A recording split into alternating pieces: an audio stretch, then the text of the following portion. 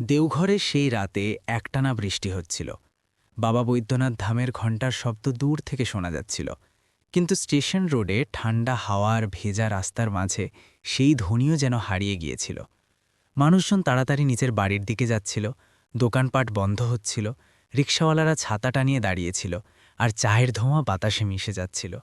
কিন্তু এই ভিড়ের মাঝে এক যুবক এমন ছিল যে কোথাও যাচ্ছিল না, কারণ তার যাওয়ার মতো কোনো ঠিকানাই ছিল না। সে অমিত ছিল, বয়স ২৩ বছর। তার জামাকাপড় বৃষ্টিতে পুরোপুরি ভিজে গিয়েছিল, আর ঠান্ডায় তার হাত কাঁপছিল। তার কাঁধে একটা ছোট ব্যাগ ছিল, যাতে তার কিছু জামাকাপড় আর কিছু কাগজ ছিল। ব্যাস সেটুকুই পুঁজি, যা তার জীবন তাকে দিয়েছিল। সে দেওঘরে চাকরির খোঁজে এসেছিল। কেউ তাকে ভরসা দিয়েছিল যে এখানে এক কোম্পানিতে কাজ পাওয়া যাবে, থাকার ব্যবস্থাও হবে। কিন্তু যখন সে এখানে পৌঁছল, তখন অফিস বন্ধ পেল, ফোন বন্ধ পেল, আর আশাও বন্ধ হয়ে গেল। তার কাছে যে সামান্য কিছু টাকা ছিল, তা দুদিনেই শেষ হয়ে গেল। আজ তৃতীয় দিন ছিল, আর সে সকাল থেকে কিছু খায়নি। অমিতের জীবনে সংগ্রাম নতুন কিছু ছিল না। ৫ বছর আগে তার বাবার মৃত্যু হয়েছিল। বাবার মৃত্যুর পর বাড়ির দায়িত্ব তার সৎ মায়ের হাতে চলে এসেছিল। শুরুতে সব স্বাভাবিক ছিল, কিন্তু ধীরে ধীরে তার ব্যবহার বদলে গেল। ছোটখাটো বিষয়ে খুঁটা দেওয়া, অপমান, আর অবশেষে একদিন পরিষ্কার শব্দে, তুই আর এই বাড়িতে থাকতে পারবি না। অমিত তর্ক করেনি। সে শুধু নিজের ছোট ব্যাগটা তুলে নিল আর বাড়ি ছেড়ে দিল। সে কারো সাথে লড়াই করতে চায়নি, শুধু নিজের পায়ে দাঁড়াতে চেয়েছিল। সেই চেষ্টাতেই সে আজ দেওঘরের এই বৃষ্টি ভেজা রাতে দাঁড়িয়েছিল। ঠান্ডায় কাঁপতে কাঁপতে তার নজর রাস্তার ওপারে একটা ছোট চায়ের গুমটির ওপর পড়ল। টিনের চালে বৃষ্টির ফোঁটাগুলো খুব জোরে শব্দ করছিল। ভেতরে একটা হলুদ আলো জ্বলছিল, আর চুলার ওপর কেতলি থেকে ভাঁপ উঠছিল। গুমটিতে এক যুবতী দাঁড়িয়েছিল, সাধারণ সালোয়ার কামিজ পরা, চুল পরিপাটি করে বাঁধা। মুখে ক্লান্তি, কিন্তু চোখে দৃঢ়তা। সে মানিষা ছিল, বয়স ২৬ বছর। ২ বছর আগে তার স্বামী তাকে ছেড়ে চলে গিয়েছিল। তখন থেকে সে নিজের ৫ বছরের মেয়ে গুড়িয়ার সাথে একা জীবন কাটাচ্ছিল। দিনে চা বিক্রি করত, রাতে মেয়েকে পড়াত, আর সমাজের নজর সামলে চলত। অমিত কিছুক্ষণ গুমটির সামনে দাঁড়িয়ে রইল। সে ভাবছিল যে তার কি চা চাওয়া উচিত। তার কাছে টাকা ছিল না, আর সে অপমান সইতে চায়নি। কিন্তু ঠান্ডা তার সংকোচ ভেঙে দিল। সে ধীরে ধীরে এগিয়ে গেল আর নিচু স্বরে বলল, দিদি, আমাকে খুব ঠান্ডা লাগছে, ১ কাপ চা পাওয়া যাবে? আমার কাছে এখন টাকা নেই, কাজ পেলেই দিয়ে দেব। তার গলায় অসহায়তা ছিল, কিন্তু আত্মসম্মানও ছিল। সে ভিক্ষা চাইছিল না, সে শুধু ধার চাইছিল। মানিষা কিছুক্ষণ তাকে মন দিয়ে দেখল। ভেজা এক যুবক, ক্লান্ত মুখ, চোখে সততা। সে কোনো প্রশ্ন না করেই ১ কাপ চা ভর্তি করল আর তার দিকে বাড়িয়ে দিল। আগে খেয়ে নাও, সে সহজ স্বরে বলল। অমিত কাঁপতে কাঁপতে কাপটা নিল। উষ্ণতা তার আঙুল দিয়ে হয়ে পুরো শরীরে ছড়িয়ে পড়ল। সে এক চুমুক দিতেই যেন ভেতরের জমে থাকে ঠান্ডা কিছুটা গলে গেল। মানিষা জিজ্ঞেস করল, কোথা থেকে এসেছ? অমিত ধীরে ধীরে নিজের কাহিনী বলল। বাবার মৃত্যু, সৎমায়ের দ্বারা বাড়ি থেকে বের করে দেওয়া, চাকরির লোভ, আর দেওঘরে এসে ঠকে যাওয়া। সে খুব বেশি কিছু বলেনি, কিন্তু যতটুকু বলল তাতে তার পুরো জীবনের কষ্ট লুকিয়েছিল। কিছু খেয়েছ? মানিষা জিজ্ঞেস করল। যখন অমিত মাথা নেড়ে না বলল, তখন সে ভেতরে গেল আর ব্রেড ও সামান্য সবজি একটা প্লেটে রেখে তার সামনে দিয়ে দিল। খেয়ে নাও, সে বলল। অমিতের চোখ ভিজে এলো। তার মনে হলো যেন কেউ শুধু তার ক্ষুধাই নয়, তার অসহায়তাও দেখে নিয়েছে। সে ধীরে ধীরে খেতে শুরু করল। সে স্বস্তি পাচ্ছিল। বৃষ্টি অনবরত বেড়েই চলছিল, আর রাস্তা প্রায় খালি হয়ে গিয়েছিল। রাত গভীর হতে শুরু করল। মনীষা জিজ্ঞেস করল, এখন কোথায় যাবে? অমিত খালি রাস্তার দিকে তাকালো আর ধীরে ধীরে বলল, হয়তো স্টেশনেই গিয়ে বসে থাকব। তার কথায় এমন একাকিত্ব ছিল যে মনীষার মন খারাপ হয়ে গেল। কিছুক্ষণ সে চুপ রইল। তার মনে সমাজের চিন্তাও এলো। এক একলা মহিলা আর এক জোয়ান ছেলে, লোকে কি বলবে? কিন্তু তারপর সে অমিতের ভেজা অবস্থা আর কাঁপতে থাকা হাত দেখল। সে লম্বা শ্বাস নিল আর শান্ত স্বরে বলল, যদি চাও তবে আজকের রাত আমার বাড়ি চলতে পারো। যতক্ষণ কাজ না পাচ্ছ কয়েকদিন থাকতে পারো। আমার এক ছোট মেয়ে আছে, ছোট ঘর, কিন্তু জায়গা আছে। অমিত অবাক হয়ে তার দিকে তাকালো। সে বিশ্বাস করতে পারছিল না যে কোনো অচেনা মানুষও তার ওপর এতটা ভরসা করতে পারে। সে ধীর স্বরে বলল, আমি আপনার ভরসা ভাঙব না। মনীষা মৃদু হাসল। আমি তোমার চোখে ভয় দেখতে পাচ্ছি, মন্দ কিছু নয়, সে বলল। স্টেশন রোডের সেই ভেজা রাত ধীরে ধীরে গুটিয়ে আসছিল। দোকানে কাজ করার সময় মনীষার প্রতিটা পদক্ষেপে স্থিরতা ছিল, যেন সে জীবনের কঠিন সময়ের মাঝে ভারসাম্য বজায় রাখতে শিখে নিয়েছে। গুড়িয়া পুরো সময় দোকানেই ছিল। সে কখনো খাতায় রং ভরছিল, কখনো গ্রাহকদের জলের গ্লাস এগিয়ে দিচ্ছিল, আর কখনো মায়ের শাড়ির আঁচল ধরে দাঁড়িয়ে থাকছিল। সে বাড়িতে একা থাকত না, তার শৈশবও সেই ছোট চায়ের গুমটির সাথেই বড় হচ্ছিল। অমিত কিছুটা দূরে দাঁড়িয়ে এসব দেখছিল। সে এখনও বিশ্বাস করে উঠতে পারছিল না যে সে কোনো অচেনা মহিলার সাথে তার বাড়িতে যাচ্ছে। তার মনে কৃতজ্ঞতা আর সংকোচ একসাথে চলছিল। তার মনে হচ্ছিল যে সে কারো জীবনের ভেতরে প্রবেশ করছে, আর এই অনুভূতি তাকে ভেতর থেকে ভারী করে দিচ্ছিল। যখন তিনজন গলির দিকে ঘুরল, তখন বৃষ্টি হালকা ঝাপটায় বদলে গিয়েছিল। গলিতে জল জমেছিল, আর হলুদ আলো তাতে কাঁপতে দেখা যাচ্ছিল। রাস্তা ছোট ছিল, কিন্তু অমিতের কাছে প্রতিটা কদম লম্বা মনে হচ্ছিল। সে পেছন পেছন চলতে চলতে ভাবছিল যে তার উপস্থিতিতে এই মহিলার ইজ্জতে যেন কোনো টান না আসে। তার জীবনে আগে থেকেই অনেক কিছু ভেঙে গিয়েছিল। সে কারো দুনিয়ায় ফাটল ধরাতে চায়নি। মনীষার ঘর সাধারণ ছিল, একটা ছোট ঘর, কোণে রান্নার জায়গা, দেওয়ালে ভগবানের ছবি, আর মেঝেতে বিছানো পুরনো পাটি। দারিদ্র্য পরিষ্কার দেখা যাচ্ছিল, কিন্তু তার চেয়েও বেশি পরিশ্রম আর রুচি দেখা যাচ্ছিল। ভেতরে ঢুকেই মনীষা সবার আগে গুড়িয়ার ভেজা চুল তোয়ালে দিয়ে মুছে দিল। তারপর সে অমিতের দিকে তাকালো আর তাকেও তোয়ালে এগিয়ে দিল। এই ব্যবহার সহজ ছিল, কোনো দয়া ছাড়া, কোনো আনুষ্ঠানিকতা ছাড়া, যেন এটা কোনো অস্বাভাবিক ঘটনা নয়, বরং সাধারণ ইনসানিয়াত। অমিত পর্দার আড়ালে গিয়ে নিজের ভেজা কাপড় বদলাতে শুরু করল। তার কাছে মাত্র একজনা বাড়তি কাপড় ছিল। আজ প্রথমবার কেউ তাকে দরজার ভেতরে ডেকেছিল। এই অনুভূতি তার ভেতরটা ছুঁয়ে যাচ্ছিল। যখন সে বাইরে এলো, তখন মনীষা মেঝেতে তার জন্য পাটি বিছিয়ে দিয়েছিল, আর একটা পুরনো কিন্তু পরিষ্কার কম্বল রেখেছিল। গুড়িয়া কৌতূহল নিয়ে তাকে দেখছিল। সে সহজভাবে তাকে আঙ্কেই বলে ডাকল, আর নিজের কম্বলের দিকে ইশারা করল, যেন সেও এই ছোট ঘরে জায়গা ভাগ করে নিতে রাজি। সেই একটা ডাক অমিতকে নাড়িয়ে দিল। তার হঠাৎ মনে হলো যে তার কাছেও আশা করা হচ্ছে যেন সে শক্ত থাকে। মনীষা তাড়াতাড়ি ডাল গরম করল আর ভাত বেড়ে দিল। 3টে প্লেট মেঝেতে সাজানো হলো। অমিত খুব ক্ষুধার্ত ছিল, কিন্তু সে নিজের ক্ষুধা লুকোনোর চেষ্টা করছিল। সে ধীরে ধীরে খাচ্ছিল, কিন্তু প্রতিটা গ্রাসে 3 দিনের খালি পেটের যন্ত্রণা লুকিয়েছিল। মনীষা তাকে কিছু জিজ্ঞেস করল না, শুধু খেয়াল রাখল যেন তার প্লেট খালি না থাকে। এই ব্যবহার কোনো দয়াদাক্ষিণ্যের মতো ছিল না, এটা সাধারণ মানবিকতা ছিল। খাবার পর ঘরের ভেতর এক নীরবতা নেমে এলো। গুড়িয়া মায়ের কাছে শুয়ে পড়ল। বাইরে বৃষ্টি থেমে গিয়েছিল, আর বাতাসে ভেজা মাটির সুবাস ছিল। মনীষা ধীরে ধীরে ভবিষ্যতের কথা তুলল। সে মনে মনে ঠিক করে নিয়েছিল যে পরের দিন আশেপাশের দোকানদার আর চীনা পরিচিতদের সাথে কথা বলবে। তার আশা ছিল যে কোথাও না কোথাও কোনো ছোটখাটো কাজ ঠিকই পাওয়া যাবে। ততক্ষণ সে চেয়েছিল যে অমিত যেন বসে না থাকে। সে এটাও ঠিক করল যে যতক্ষণ কাজ পাওয়া যাচ্ছে না, অমিত তার সাথেই দোকানে থাকবে। সকালে স্টোভ জ্বালানো, জল ফোটানো, চা বানানো শেখা, গ্রাহকদের চা দেওয়া, হিসাব কিতাবে সাহায্য করা, এসবও তো কাজই ছিল। এই ব্যবস্থা শুধু দয়া ছিল না, এটা আত্মসম্মান বাঁচানোর একটা উপায় ছিল। সে চায়নি যে অমিতের মনে হোক সে কারো দয়ায় বেঁচে আছে। সে চেয়েছিল অমিত পরিশ্রমের সাথে মাথা উঁচু করে দাঁড়াক। অমিতের ভেতরে এসব শুনে আবেগের ঢেউ আছড়ে পড়ল। সে প্রথমবার অনুভব করল যে তাকে শুধু আশ্রয় নয়, দায়িত্ব দেওয়া হচ্ছে। কিন্তু তার মনে এক ভারী প্রশ্ন তবুও ছিল, সে এই সব কিছুর ঋণ কিভাবে মেটাবে। তার মনে হল জীবনে প্রথমবার কেউ তার পাশে কোনো স্বার্থ ছাড়াই দাঁড়িয়েছে, আর সে এই উপকারের বোঝায় দমে যাচ্ছিল। মনীষার কাছে এটা কোনো উপকার ছিল না, তার কাছে এটা জীবনের সোজা এক নীতি ছিল। আজ সে শক্ত আছে, কাল হয়তো দুর্বল হতে পারে। যদি সেও দরজা বন্ধ করে দেয়, তবে সে সেই দুনিয়া থেকে আলাদা হবে কিভাবে, যে দুনিয়া তাকে একা ছেড়ে দিয়েছিল।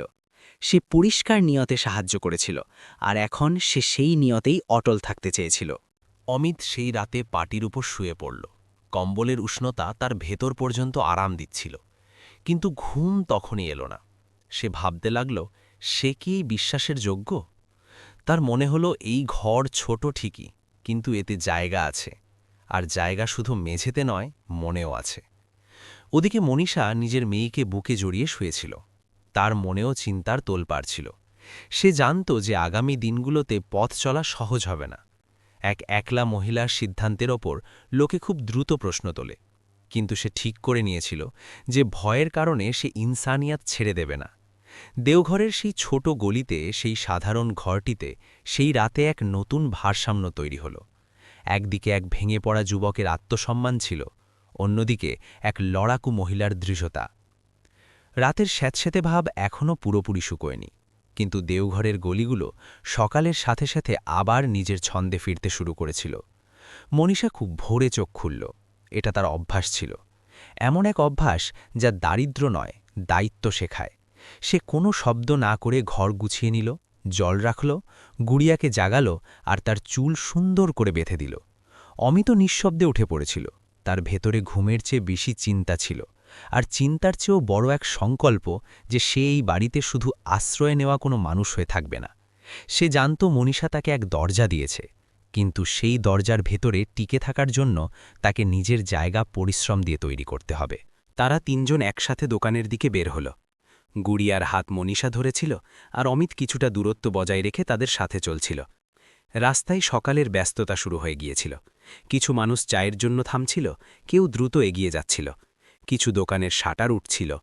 মনীষার গুমটি ছোট ছিল, কিন্তু তার জায়গাটা পাকাপোক্ত ছিল। সে বছরের পর বছর পরিশ্রম করে সেখানে নিজের এক পরিচয় তৈরি করেছিল। কিন্তু পরিচয় তৈরি করার পরেও এক একলা মহিলার পরিচয় সবসময় অসম্পূর্ণই ধরা হয়, এই কথা মনীষা বুঝত। দোকান খুলতেই কাজ আপনাআপনি ছড়িয়ে পড়ল।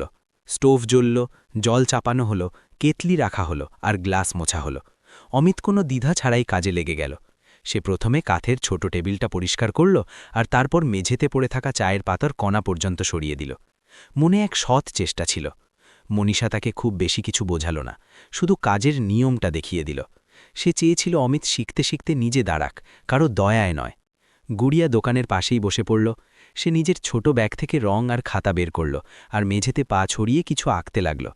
দোকানের হইচই তাকে ভয় দেখাত না, সেই হইচইয়ের মাঝেই বড় হয়েছে। অমিত যখনই তার দিকে নজর দিত, তার মনে হতো যে এই শিশুটি কেবল খেলছে না, সে তার জীবনের সবচেয়ে বড় সত্যিটা যাপন করছে, যে তার ঘর তার মায়ের পরিশ্রমের ওপর টিকে আছে। সকালের প্রথম গ্রাহক এলে মনীষা বরাবরের মতো চা বানাল। কিছু গ্রাহক চা খেয়ে চলে গেল, কেউ আরও 2 কাপ চাইল, কেউ অমিতকে নতুন মুখ দেখে এক পলক দেখল, তারপর নিজের চায়ের কাপে ডুবে গেল। কিন্তু কিছু নজর এমনও ছিল যাতে চায়ের চেয়ে বেশি চটুলতা ছিল। আশেপাশের দোকানদাররা যারা রোজ এই রাস্তায় নিঃশ্বাস নেয়, আজ তারা অন্য চোখে দেখছিল। কেউ মুখ তুলে অমিতের দিকে তাকালো, আর তারপর জেনে শুনে মুচকি হাসল। মনীষা এসব দেখল, শুনলও, কিন্তু নিজের আঙুল কাপের ওপর স্থির রাখল। সে জানত যে কিছু মানুষ খিদে মেটানোর জন্য নয়, বরং অন্যের চরিত্র নিয়ে কথা বলে পেট ভরায়। এই খোঁটাগুলোর জবাব শব্দ দিয়ে দেওয়া সম্ভব ছিল না, কারণ শব্দের পেছনে লুকিয়ে থাকা নোংরামি শব্দ দিলেই আরও বেড়ে যায়। সে কেবল নিজের কাজের গতি বাড়িয়ে দিল, যেন সে তার সম্মানকে কাজের শব্দের আড়ালে ঢেকে দিচ্ছে। অমিতকে এসব ভেতর থেকে কুড়ে কুড়ে খাচ্ছিল। তার মনে হচ্ছিল লোকে যে নজরে মনীষাকে দেখছে, তার মূলে কোথাও না কোথাও তার থাকাটুকুও জড়িয়ে আছে। সে মাঝে মধ্যে হাত থামিয়ে দিচ্ছিল, তারপর নিজেকে সামলে নিয়ে আবার কাজে লেগে পড়ছিল। প্লেট ধোয়া বা কাপ মোছার সময় সে নিজের নিঃশ্বাসের সাথে লড়াই করছিল। বেলা বাড়ার সাথে সাথে কটাক্ষের রোদের তেজও বাড়তে লাগল। গ্রাহক আসতে থাকল, যেতে থাকল। কিছু গ্রাহক এমনও ছিল যারা মনীষার পরিশ্রমের কথা জানত। তারা চা খাওয়ার সময় শুধু দেখে নিত যে দোকানের কাজ ঠিকঠাক চলছে কিনা। কিন্তু আশেপাশের কিছু দোকানদারের নজর কেবল কাজের ওপর ছিল না, তারা মনীষাকে সব দিক থেকে ভুল প্রমাণ করার চেষ্টা করছিল। দুপুরের সময় যখন ভিড় কমল, মনীষা কাজের ফাঁকে কিছুটা সময় বের করল। সে কিছু পরিচিত মানুষের সাথে কথা বলল, এমন কথা যা সরাসরি দেখা যায় না, কিন্তু তার ভেতরে অনেক বড় সাহস লাগে। সে চেয়েছিল অমিতকে যত দ্রুত সম্ভব কোথাও একটা কাজ জটিয়ে দিতে, যাতে তার আত্মসম্মান মজবুত হয় আর সমাজের নোংরা নজরও আপনা আপনি শান্ত হয়ে যায়। সে এক পুরনো গ্রাহককে, যে গুদামে কাজ করত, কাজের কথা জিজ্ঞেস করল। পাশের এক দোকানের মালিকের সাথেও কথা বলল, যে মজুর রাখত। এসব করার সময় সে নিজের ভেতরের ভয় দেখাল না। সে জানত যদি তার স্বর টলে যায়, তবে লোকে এটাকেও তার দুর্বল চরিত্রের লক্ষণ বানিয়ে দেবে। অমিত এসব দেখছিল। সে বুঝতে পারছিল যে মনীষা তার জন্য নিজের সম্মানের অংশটুকু বাজি রাখছে, আর এটাই তাকে ভেতর থেকে নাড়িয়ে দিচ্ছিল। সে নিজেকে আর আটকে রাখতে পারল না, এবং মনীষা ফিরে আসতেই সে নিঃশব্দে কাজ সামলে নিল। কিছুদিনের মধ্যেই মনীষার চেষ্টা সফল হল। এক ছোট গুদামে অস্থায়ী কাজ পাওয়া গেল। ভারী কাজ, কম পারিশ্রমিক, কিন্তু সৎ পরিশ্রমের রাস্তা। অমিত কোনো অভিযোগ ছাড়াই সেটা মেনে নিল, কারণ তার জন্য এখন সবচেয়ে জরুরি ছিল নিজের পায়ে দাঁড়ানো। প্রথম দিন যখন সে কাজ সেরে ফিরল, তার হাতে ক্লান্তি স্পষ্ট ছিল, কিন্তু তার মুখে এক অন্যরকম আলো ছিল। এই আলো টাকার ছিল না, এটা ছিল আত্মসম্মানের। সে সরাসরি দোকানে এলো আর না থমকেই আবার কাজে সাহায্য করতে শুরু করল, যেন এটাই তার রোজকার নিয়ম। গুড়িয়া এখন তার সাথে আরও মিশে গিয়েছিল। সে তাকে আঙ্কেল বলে ডাকত, তার পাশে এসে বসত আর নিজের ছোট ছোট খাতা দেখাত। সন্ধে নামার পর যখন দোকানের ভিড় কমে আসত, মনীষা পেছনের দিকে কিছুটা জায়গা খালি করে দিত। সেখানে টিনের দেওয়ালের পাশে অমিত গুড়িয়াকে অক্ষর চিনতে শেখাতে লাগল। এই পড়াশোনা কোনো স্কুলের ছিল না, এটা ছিল জীবনের পাঠ। সেটা ছিল বিশ্বাসের পড়াশোনা। গুড়িয়ার মন কখনো টিকত, কখনো বা অন্যদিকে চলে যেত, কিন্তু অমিত ধৈর্য নিয়ে তাকে আবার পড়াশোনায় ফিরিয়ে আনত। মনীষাই দৃশ্য দেখত। তার চোখে এক অব্যক্ত ভাব ফুটে উঠত, যাকে সে নিজেও শব্দ দিতে চাইত না। সময়ের সাথে সাথে মনীষা আর অমিতের মধ্যে আপন ভাব গভীর হতে লাগল, কিন্তু সেই আপন ভাব কোনো তাড়াহুড়োয় ছিল না। সেটা ছিল দুই ক্লান্ত মানুষের এমন এক ভরসা যা ধীরে ধীরে তৈরি হয়, একসাথে করা পরিশ্রম দিয়ে, একসাথে থাকা নীরবতা দিয়ে, আর একে অপরের কষ্টকে নাম না দিয়েই বুঝে নেওয়া দিয়ে। দিনের শেষে যখন দোকান বন্ধ হতো, মনীষা জিনিসপত্র গোছাতে গোছাতে এক পলকের জন্য আকাশের দিকে তাকাত। তার চোখে ক্লান্তি ছিল, কিন্তু হার মেনে নেওয়া ছিল না। সে নিজের ভেতরে এই বোধ আরও শক্ত করে নিল যে সমাজ যতই চেষ্টা করুক, সে একটা সঠিক কাজকে কখনো ভুল হতে দেবে না। অমিত এই বোধ নিয়ে চুপচাপ দাঁড়িয়ে থাকত, যে এখন তার পথ শুধু কাজের নয়, সম্মানেরও। দোকানের সেই সকালটা সাধারণ ছিল না। বাতাসে সেই একই রোদ ছিল, সেই চায়ের ভাব ছিল, সেই গ্রাহকদের আসা যাওয়া ছিল, কিন্তু পরিবেশের ভেতর কিছু একটা বদলে গিয়েছিল। গত কয়েকদিন ধরে আশেপাশের কিছু দোকানদারের নজর অনেক বেশি তীক্ষ্ণ হয়ে উঠেছিল। তারা সরাসরি কিছু বলতো না, কিন্তু তাদের হাসিগুলো ছিল অর্ধেক, আর ইশারাগুলো ছিল পুরো। গ্রাহক এলে কেউ পাশ দিয়ে যাওয়ার সময় নিচু স্বরে কিছু বলে দিত, কেউ চায়ের কাপ হাতে নিয়ে অন্যকে দেখে হেসে উঠত। কথা সরাসরি হতো না, কিন্তু ইশারাগুলো এতটাই স্পষ্ট ছিল যে না শোনার ভান করাও কঠিন ছিল। মনীষা আগের মতোই কাজে ব্যস্ত থাকত। রাত থেকেই তার হালকা জ্বর ছিল, কিন্তু সেটাকে গুরুত্ব দেয়নি। তার জন্য অসুস্থ হওয়াটাও ছিল এক বিলাসিতা, কারণ দোকান বন্ধ করা মানে ঘরের রুটি রুজি বন্ধ হওয়া। সে চা বসাত, দুধ ফোটাত, টাকা সামলাত, আর মাঝে মাঝে কপালে হাত দিয়ে ঘাম মুছে নিত। অমিত তার এই দুর্বলতা খেয়াল করেছিল, কিন্তু সে ভেবেছিল এটা কেবলই ক্লান্তি। দুপুরের রোদ কিছুটা কড়া হতেই হঠাৎ মনীষার চোখের সামনে অন্ধকার ছেয়ে গেল। সে চুলার কাছে দাঁড়িয়েছিল, হাতে কেতলি ছিল, আর পরের মুহূর্তেই তার শরীর টলমল করে নিচে বসে পড়ল। দোকানে এক মুহূর্তের জন্য নিস্তব্ধতা ছড়িয়ে পড়ল। অমিত তৎক্ষণাৎ তাকে সামলে নিল। তার কপাল ছুতেই সে তীব্র জ্বরের আভাস পেল। গুড়িয়া ঘাবড়ে গিয়ে মায়ের কাছে চলে এলো। আশেপাশে দাঁড়িয়ে থাকা কিছু লোক দেখতে লাগল, কিন্তু কেউ এগিয়ে এলো না। অমিত দেরি না করে পাশের ডাক্তারকে ডেকে আনল। ডাক্তার পরীক্ষা করে বললেন যে দুর্বলতা আর অনবরত পরিশ্রমের কারণে তীব্র জ্বর উঠেছে, বিশ্রাম জরুরি। বিশ্রাম, এই শব্দটা মনীষার জীবনে সম্ভবত প্রথমবার এতটা জোর দিয়ে বলা হয়েছিল। অমিত সেই মুহূর্তেই ঠিক করে নিল যে যাই হয়ে যাক দোকান বন্ধ হবে না, আর মনীষাকেও সে হার মানতে দেবে না। সেদিন সে তাড়াতাড়ি দোকান গুছিয়ে মনীষাকে বাড়ি নিয়ে এলো, ওষুধ দিল, জল খাওয়ালো, গুড়িয়াকে বোঝালো, আর রাত পর্যন্ত তার পাশে বসে রইল। সে প্রথমবার কারো জন্য পুরো দায়িত্ব নেওয়ার মতো অবস্থায় ছিল। তার ভেতরে এক অদ্ভুত স্থিরতা ছিল, যেন জীবন তাকে হঠাৎ এক পরীক্ষা দিয়ে দিয়েছে, আর সে পিছিয়ে যাওয়ার বদলে আরও সামনে এগিয়ে গিয়েছে। পরের সকালে যখন বাজার খুলল, মনীষা বিছানায় ছিল। অমিত একা দোকানে পৌঁছল। সে চুলা জ্বালালো, দুধ চড়ালো, চা বানালো। তার হাতে অভ্যাস ছিল না, কিন্তু নিয়ত পরিষ্কার ছিল। প্রথম গ্রাহক অবাক হয়ে জিজ্ঞেস করলেন যে আজ মনীষাকে দেখা যাচ্ছে না কেন। অমিত শান্ত স্বরে জানালো যে সে অসুস্থ এবং কিছুদিন বিশ্রাম নেবে। এটাই ছিল সেই সুযোগ যার অপেক্ষায় কিছু লোক ছিল। ২-৩ জন দোকানদার ফিসফিস করে বলতে শুরু করল যে এখন তো ছেলেই দোকান চালাচ্ছে, হয়তো এটাই উদ্দেশ্য ছিল। কেউ হাসল, কেউ খোঁটা দিল, কিন্তু অমিত এবার মাথা নিচু করে কাজ করেনি। সে সরাসরি কোনো জবাব দেয়নি, কিন্তু তার মুখে এক স্পষ্টতা ছিল। সে সেবা করছে, লুকিয়ে নেই। সন্তোষবাবু এই দৃশ্য দেখলেন। তিনি নিজের মুদির দোকান থেকে উঠে সরাসরি মনীষার গুমটির সামনে এসে দাঁড়ালেন। তিনি কিছু না বলে প্রথমে চা চাইলেন আর পাশের বেঞ্চে বসে পড়লেন। তার উপস্থিতি নিজেই একটা বার্তা ছিল। কিছুক্ষণ পর তিনি ২-৩ জন গ্রাহককে খোলাখুলি বললেন যে বিপদে পাশে দাঁড়ানোই হলো ইনসানিয়াত, আর ইনসানিয়াতকে সন্দেহের চোখে দেখা হলো সমাজের দুর্বলতা। তার কথায় বছরের অভিজ্ঞতা ছিল। ধীরে ধীরে কিছু পুরনো গ্রাহক আবার দোকানের দিকে ফিরতে লাগল। অমিত সকাল থেকে সন্ধ্যা পর্যন্ত দোকান সামলাত। মাঝে মাঝে বাড়ি গিয়ে মনীষাকে ওষুধ দিয়ে আসত, গুড়িয়াকে খাবার খাইয়ে দিত, তারপর আবার ফিরে আসত। তার শরীরে ক্লান্তি পরিষ্কার দেখা যেত, কিন্তু মুখে কোনো অভিযোগ ছিল না। গুড়িয়া এখন দোকানে চুপচাপ বসত। প্রতি সন্ধ্যায় যখন অমিত ক্লান্ত হয়ে বাড়ি ফিরত আর চুপচাপ তার পাশে বসে সারাদিনের হিসাব দিত, তখন মনীষার ভেতরের ভয় কিছুটা কমে যেত। সে অনুভব করল যে এই ছেলেটি কেবল দয়া থেকে নয়, দায়িত্ববোধ থেকে তার পাশে আছে। এক সন্ধ্যায় দোকানে আবার সেই পানওয়ালা দাঁড়িয়ে বিদ্রূপের স্বরে বলল যে এখন তো পুরো দোকানই সামলে নেওয়া হয়েছে। অমিত এবার চুপ থাকার বদলে সরাসরি তাকালো। সে পরিষ্কার শব্দে বলল যে অসুস্থতা কারো চরিত্র বদলে দেয় না, আর সেবা কারো উদ্দেশ্য খারাপ করে দেয় না। তার গলায় রাগ ছিল না, কিন্তু এতটা দৃঢ়তা ছিল যে সামনের মানুষটি কিছুক্ষণের জন্য চুপ হয়ে গেল। সন্তোষবাবু তখনই পাশে দাঁড়িয়ে থাকা লোকদের বললেন যে যারা পরিশ্রম আর সেবাকে নিয়ে মজা ওড়ায় তারা আসলে নিজেদের সম্মানকেই হালকা করে ফেলে। বাজারে আবার এক নিস্তব্ধতা ছড়িয়ে পড়ল। কিছু লোক নজর নিচু করে নিল। দিন কাটতে থাকল। মনীষার জ্বর ধীরে ধীরে কমতে লাগল। সে এখনও দুর্বল ছিল, কিন্তু দোকানে বসতে শুরু করেছিল। অমিত দোকানের সামনে দাঁড়িয়ে গ্রাহকদের চা দিচ্ছিল, আর সন্তোষবাবু পাশেই বসে খবরের কাগজ পড়ছিলেন। সেই দৃশ্য মনীষার ভেতরে কিছু একটা বদলে দিল। এটা এখন আর শুধু সংগ্রাম ছিল না, এটা ছিল এক অংশীদারিত্ব।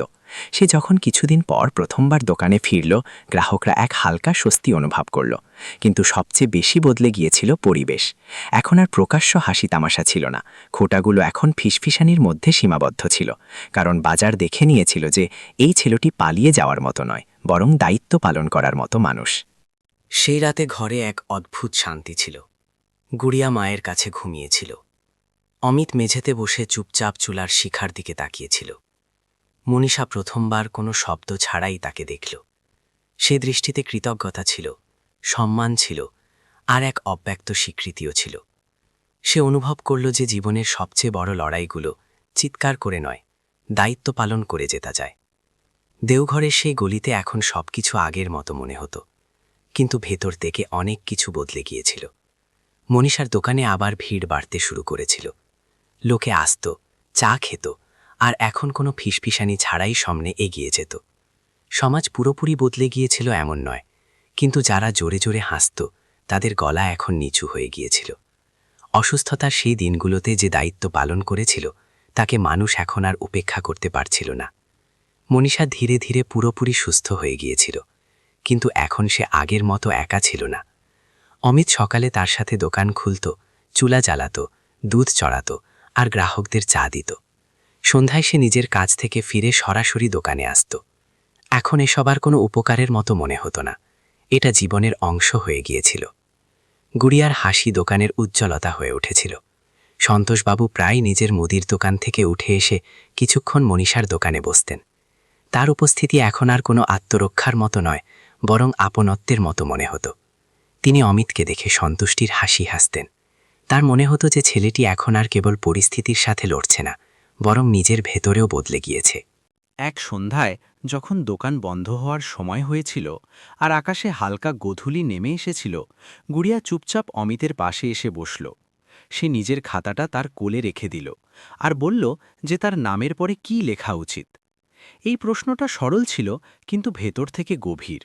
স্কুলে পরের মাসে ফর্ম ভরতে হবে, আর সেখানে বাবার নাম লেখা জরুরি ছিল। এতদিন সেই ঘরটা খালি থাকত, যা দেখে প্রতিবার মনীষার মন কিছুটা ভেঙে যেত। অমিত কিছুক্ষণ চুপ রইল। সে খাতার সেই খালি অংশটুকুর দিকে তাকালো, আর ভেতরে এক ঢেউ বয়ে গেল। সে জীবনে অনেক কিছু হারিয়েছিল, বাবার ছায়া, ঘরের ছাদ, এমনকি নিজের নামটাও তার কাছে পর হয়ে গিয়েছিল। আজ প্রথমবার তার মনে হলো যে সে অন্য কারো জীবনে এক শূন্যস্থান পূরণ করতে পারে। সে গুড়িয়ার মাথায় হাত রাখল আর শান্ত স্বরে বলল যে নাম কেবল রক্ত দিয়ে জড়ে না, দায়িত্ব দিয়ে জড়ে। সেই রাতে ঘরে এক দীর্ঘ নীরবতা ছিল। গুড়িয়া ঘুমিয়ে পড়েছিল। মনীষা আর অমিত সামনাসামনি বসেছিল। বছরের পর বছর করা সংগ্রাম, খোটা, অসুখ, পরিশ্রম সব যেন এক জায়গায় এসে দাঁড়িয়েছিল। অমিত ধীর স্বরে বলল যে যদি সমাজের নাম দরকার হয় তবে সে তা দিতে রাজি আছে। সে পালিয়ে আসেনি আর এখন পালাবেও না। সে এটাও বলল যে সে কোনো উপকারের কারণে নয়, বরং নিজের মনের সততার কারণে এই সিদ্ধান্ত নিতে চায়।